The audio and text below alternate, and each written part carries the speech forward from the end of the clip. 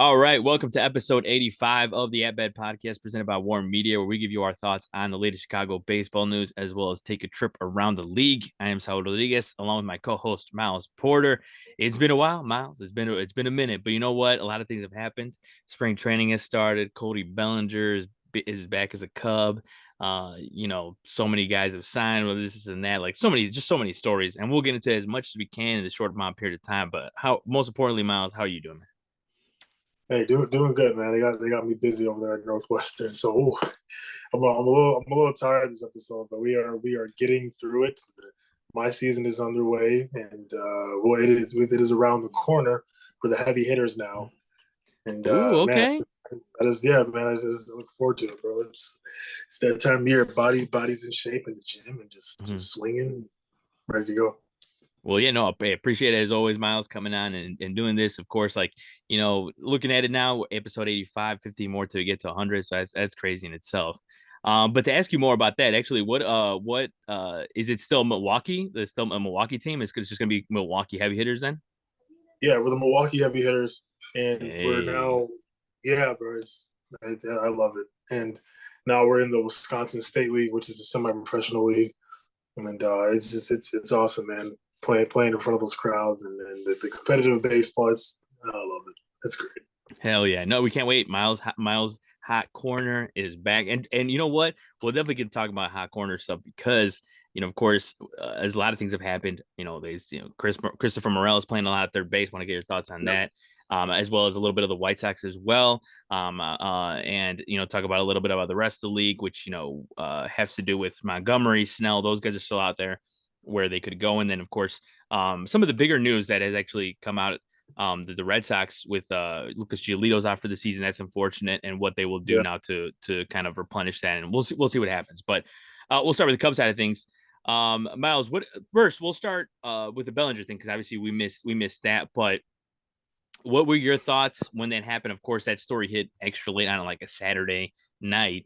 What were your thoughts when it happened? And is one of those things where like it was, you weren't that surprised, you kind of just were just relieved? Because I think that's kind of where I stand is like I wasn't even like, oh, no way that happened. No, it was more of like finally, like you could just I don't care about the opt outs, I don't care about that because it's a 3 year deal with multiple opt outs. Like with the way the Cubs are going in, like with the direction they're going in, like that's fine with me because there's so many, they have so much depth at the moment. So how do you feel about the deal and the way it's shaping out?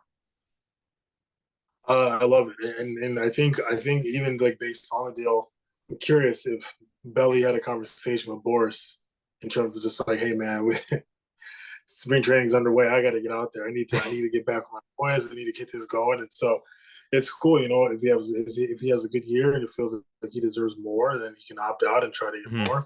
And if it's like a year that he feels like he can improve upon, then we have him around. But his money's guaranteed, which is awesome. And so I think it is very good that we got Belly, and I think the lineup is deep now, and I feel like we're complete. And so now we just go out there and kind of just put our money where our mouth is, and it's go time from there. Some people still have the Cardinals above the Cubs winning the division. Move, man.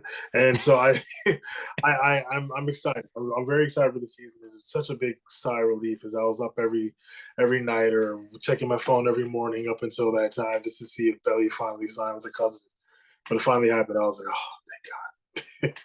Yeah, man, I know. Yeah, that's the same reaction I had. And I think, yeah, I mean, with the Cardinals thing, and I think we might have mentioned that on here, but I just don't understand that part of like them being in first. And the thing, I'm not also let me just say also that I'm not particularly picking the Cubs to win the division just because like the division's weak or anything. No, no, no. Because the division actually is way stronger than a lot of people think. The Pirates got O'Neill Cruz back this year. They still have Brian Hayes. Paul Skeens, of course, going to come up eventually. I know he's going to start off in minor leagues.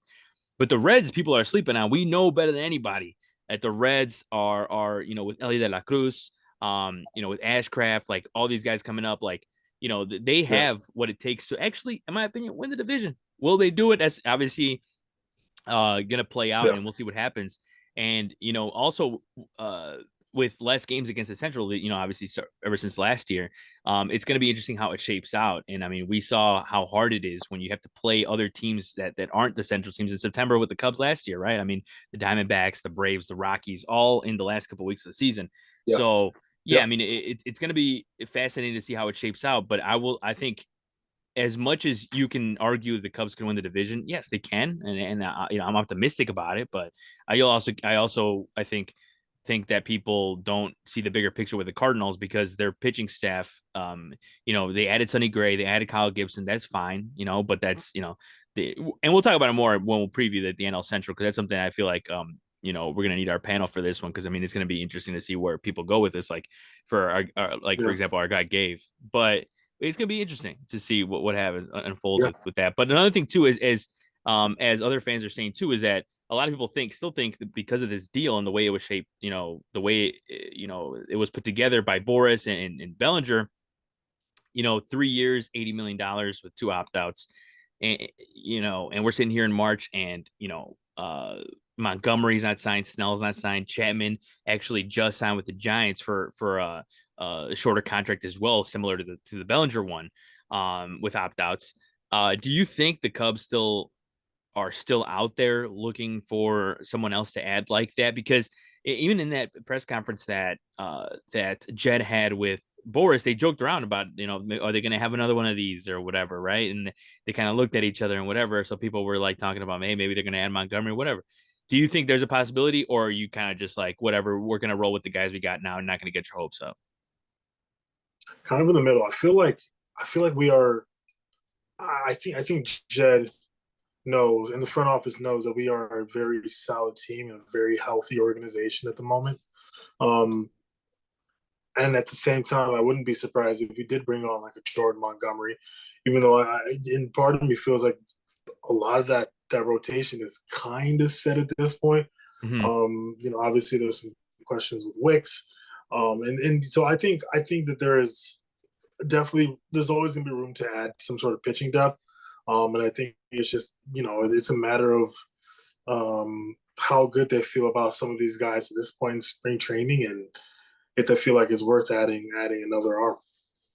Yeah, yeah, and I think I'm right with you with like the fact that or how Jed probably is thinking about it, and I think we talked about it Yeah. plenty of times of seeing how like they're not forcing anything, which is actually a good thing, and the way they're being smart, and I think even Jed has talked about it, very honestly about how the contracts they're looking for, it's better to look for a good deal than like overpay and then whatever. So yeah, they're definitely being Mhm. smart. The Shota Imanaga deal was very it was a deal that was surprisingly less on the money side. So regardless, we always know Jed works in silence. That's the best thing he knows how to do is work in silence. And I think um I wouldn't be surprised if they get Montgomery, but I'm also like I'm okay if we go into the season with the team we got because as you mentioned the rotation options, we actually have way more rotation options I think that people give us credit for. Because you look at Yeah. obviously the locks in there, Justin Steele, Hendricks, Imanaga, Tyone. Obviously, that fifth spot is the one that is going to go between it's going to be either the Wicks, Assad, Wisniewski or Smiley, and also people have talked Yeah. about maybe even a 6-man rotation. And even that would be interesting because of the fact that Imanaga is not used to the 5-man rotation. I think if they started off like that, I Right. wouldn't be surprised either. Um, Yeah. but overall, shifting over to like just spring training in general, what have been your thoughts, up to this point, like, a couple weeks in, we have Owen Casey who's raking out there. We have, PCA who's been hitting well. Matt Shaw is hitting well. Like these guys look Yeah. like they want to be on the roster opening day. You know what I'm saying? So it's like, Yeah. it's been awesome to see and see Imanaga as well. And all that, but what have been your feelings overall, your first impressions of spring training? Yeah. You know what? It's been a pleasure to watch Matt Shaw specifically during the spring training tenure. It's been really cool to see like these young players really come into their own. And part of me is also still rooting for Matt Mervis because I I think the Cubs may have sort of jumped ship on him a little bit at this point. Clearly, they're not really prioritizing his development for the most part, um, which was very quick. Yeah. a very quick turnaround from a very anticipated debut last year, which is unfortunate. But it's cool. It's cool seeing a lot of these stories take place. And Brendan Davis, another guy who's been looking really Mm-hmm. good and very Yeah. healthy this spring.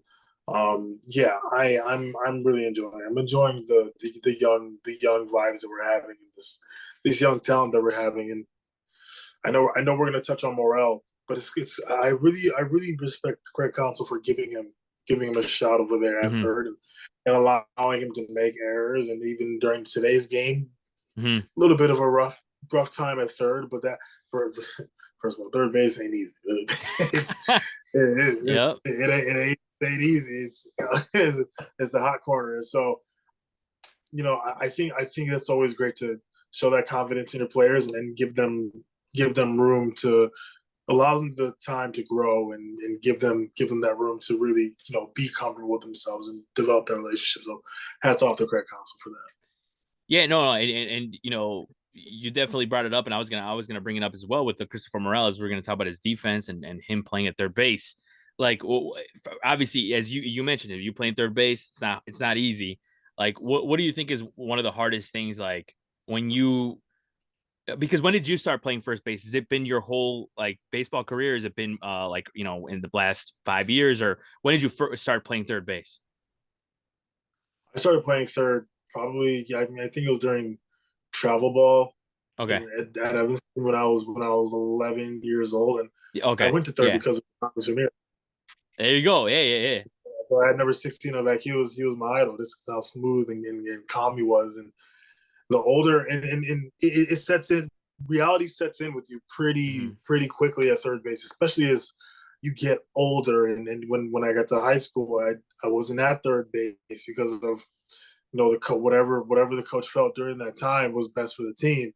It's not hard. It's not easy. It's a hard position, Mhm. and you really gotta compete for that position sometimes. And when you get that position, you always got to be ready on and off the field. You never know when someone's going to bunt the ball down the line. You never know when you're going to have to cover a steal at third. You never know when someone's going to hit an absolute laser beam at you. You got to be ready for it. You can knock it down and pray for the best. Yeah, no, yeah. I mean, from no experience, I could only just seeing it, just seeing people play third base. I think also the fans just take that position for granted because of the guys we've seen, right? Speaking of Cub fans, as you Yeah, mentioned with Aramis Ramirez, dude, just like he like was so chill about it. I just remember, the way he yes, would just like he would. It looked like he just yes. lofted it over there, and it was on target every He's the time. reason why I was side arming the ball and getting yelled at by my coaches about it. I was like, "What Ron doing?" Yeah, yeah, there you go. Yeah, yeah. So, Just so, like, "Hey, so Ram, so that's exactly, and not only that, but just seeing guys as well, like Nolan Arenado is like, I mean, he's a Hall of yeah, Famer, and I mean, with his yeah, defense is just insane. So seeing guys like that, I think some people take it for granted, and then seeing guys like Christopher Morel who are getting used to the position, some people might be like giving him crap for it, but it's like, dude, like it's not an easy position. Not only that, but it's also other thing is like if you're gonna work out the kinks, you might as well work out the kinks in spring training. So I'm glad they put him out there, and I'm glad they're putting him out there frequently for him to get used to that. And we know it's not going to be easy. It's never going to be easy when a player transitions on to a position. But I think another thing too that people don't think about is the fact that obviously, knock on wood, we hope it all works out. But if it doesn't, the DH spot is also there because I think some people are like, "Oh man, like I want Chris." I've seen some people talk about I want Christopher Morel in the lineup, but if he can't play defense, he might have to be on the bench. And it's like, no, it's not. I don't think it's to the point where he's not going to be in the lineup. He's got to be in the lineup, and I think yeah, Craig Counsell is pretty stern about that. That he's got to get more at bats. So, yeah, I definitely don't see it being a giant issue. And so we'll yeah, see how we'll see in a few weeks. I think also a lot of the takes that people are having now is a little bit premature. So like, being a couple weeks into spring training, we'll see where things go, but I'm optimistic as to what he's doing. But other than that, like, for a bit for as yourself being a baseball player, what's the one thing I think that like what's the one thing that is kind of hard to get back into the groove of things? Is it the hitting? Is it the defense? Or is it all in one? Like, is it just getting the body, getting used to, as you said, you're getting used to or, you're getting back into the groove for the Milwaukee heavy hitter season. Like, how is that? it can be. I think it depends on the player. It definitely depends on obviously what you do during the off season, what you're focusing on. If you're focusing on your swing more than your glove. Then Mm-hmm. when you get into the season or whatever practice or spring training starts, your swing feels great, but then you may still be finding your routine a little bit with your glove. And so, it really depends on the player. It depends on his preparation before it's go time. And I can say for me, it is usually the defense that it'll take me a little bit of time just to get back into like my defensive routine, and not in terms of like making errors, but just like finding my routine between innings and before the game, and what I like to do when it comes to playing catch. How's my arm feeling? Is my elbow sore? Is my shoulder sore? It's there's so much that goes into it, and so for me it's definitely the defense for sure. But I know for some other players it can be different. Yeah, and I think also another thing too that I think people don't realize that the third base in the defense also is how hard the ball is hit to third base, right? Compared to other positions, as to like when you look at it, just from an outsider looking in, I mean, you could just tell it's on fire when I mean that's why they call it hot corner, obviously, is because of how Yeah, hard the ball gets hit down there. So that I can only imagine what that's like. But yeah, another thing too that's happened in recent days, the Cubs made a trade. With the White Sox as well. They traded Bailey Horn for Matt Thompson. That was just a little mhm, trade, but I thought it was interesting because I know Bailey Horn, excuse me. Bailey Horn is a left-handed pitcher that was maybe could have been a candidate in the bullpen or maybe a candidate in the rotation. And yeah, he's traded away to the White Sox. So that is one of those deals that we're probably gonna have to wait a little longer for it to unwind to kind of get more on it, because I feel like it could probably be an even deal when it comes out to it. So we'll see what happens there. yeah, From the White Sox side of things, I mean, obviously this is a team that is kind of headed into a rebuild.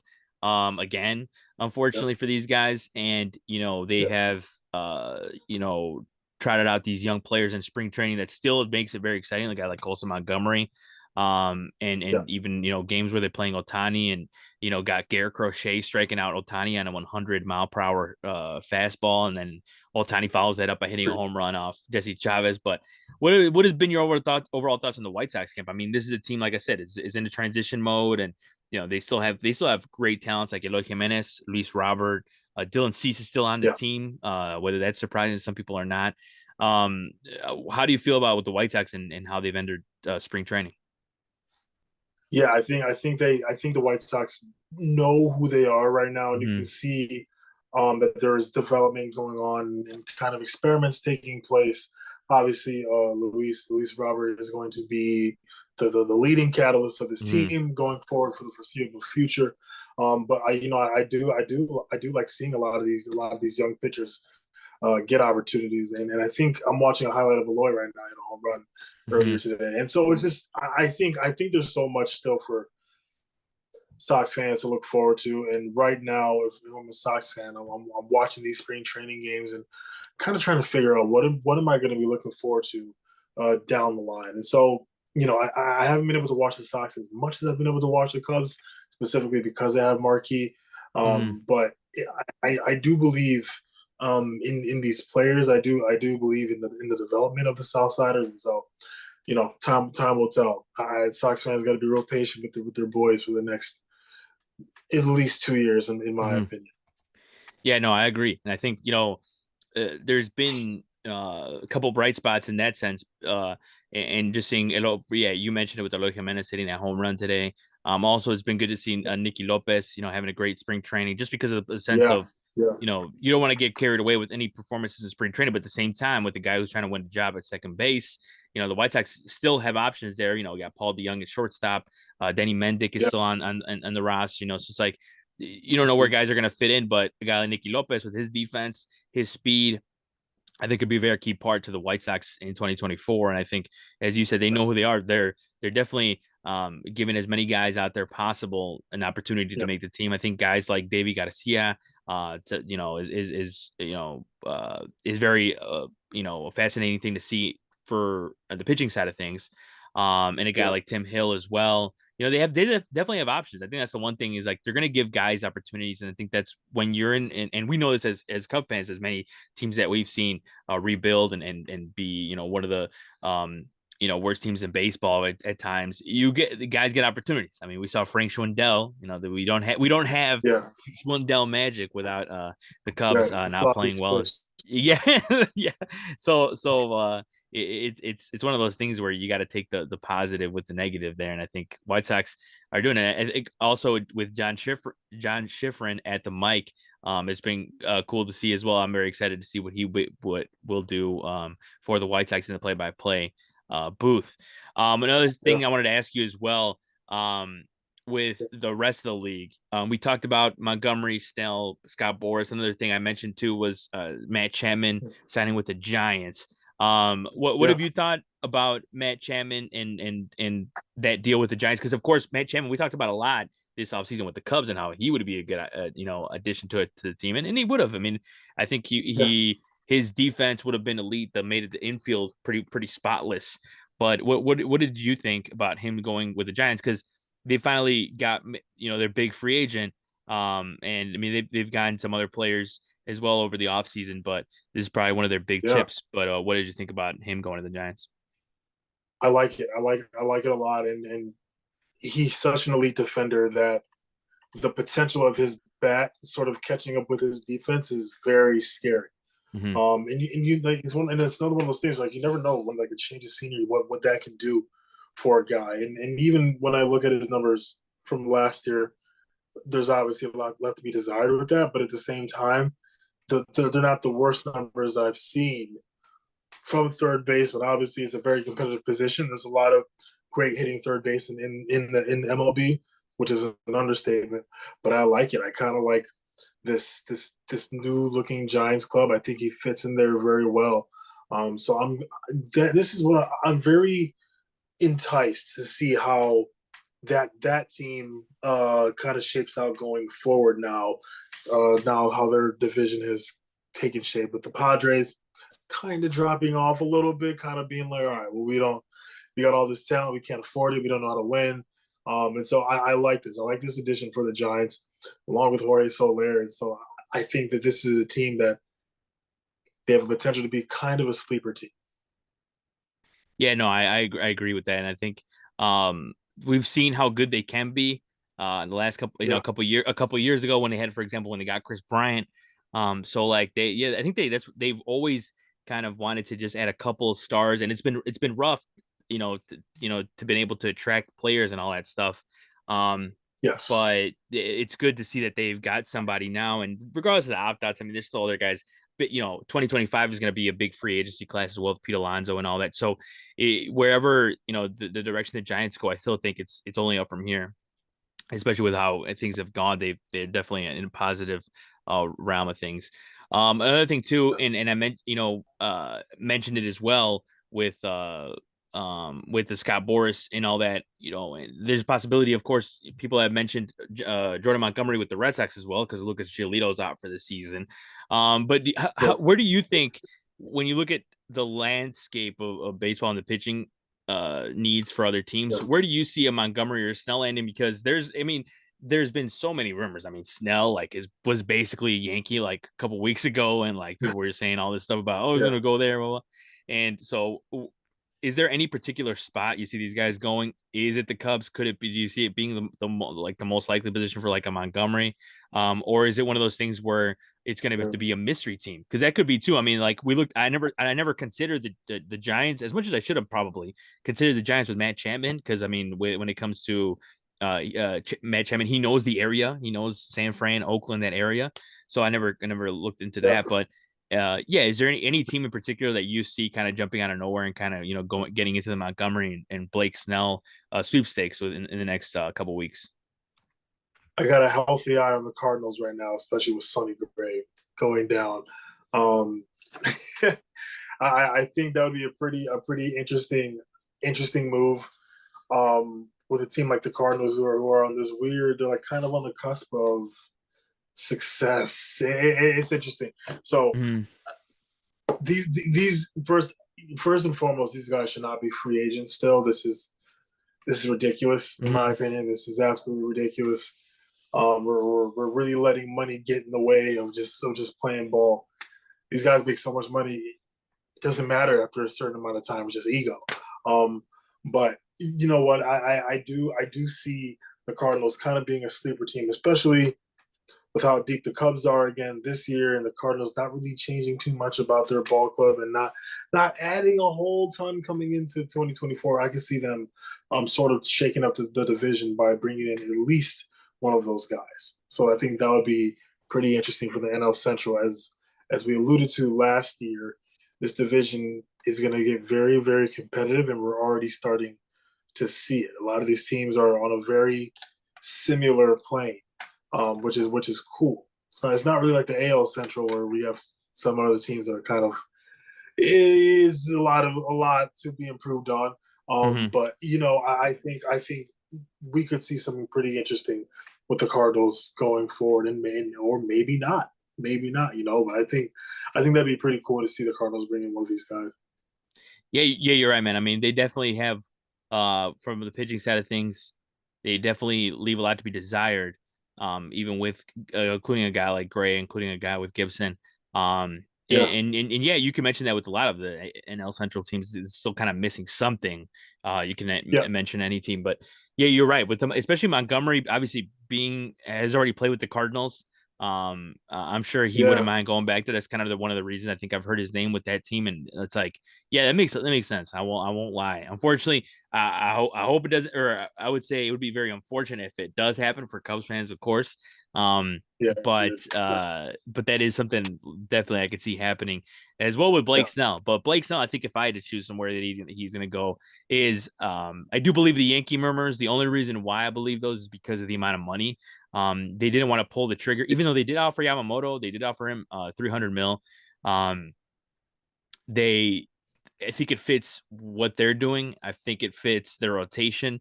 But just like imagine, dude, if they were to get Blake Snell, how good that rotation would be with Cole and Rodon, even Stroman. They of course they had a Stroman this offseason, and it would be disgusting. So that's how it goes. But I think that just about does it. I think for this edition of the At Bat podcast, we'll be back with more of the spring training updates, all that stuff. And of course, hopefully our guys like Chris Pennant and Gabe Wilkins will join us soon enough. And we're getting closer to opening day. So we'll definitely start previewing the division soon. And Right as well around the corner. yeah, exactly. Right. Give our predictions as well, too. So we're basically a month away from the season. So I want to Yeah. thank my co-host Miles Porter for joining me on this edition of the At Bat podcast. I am Saul Rodriguez. Hopefully everyone enjoys their week.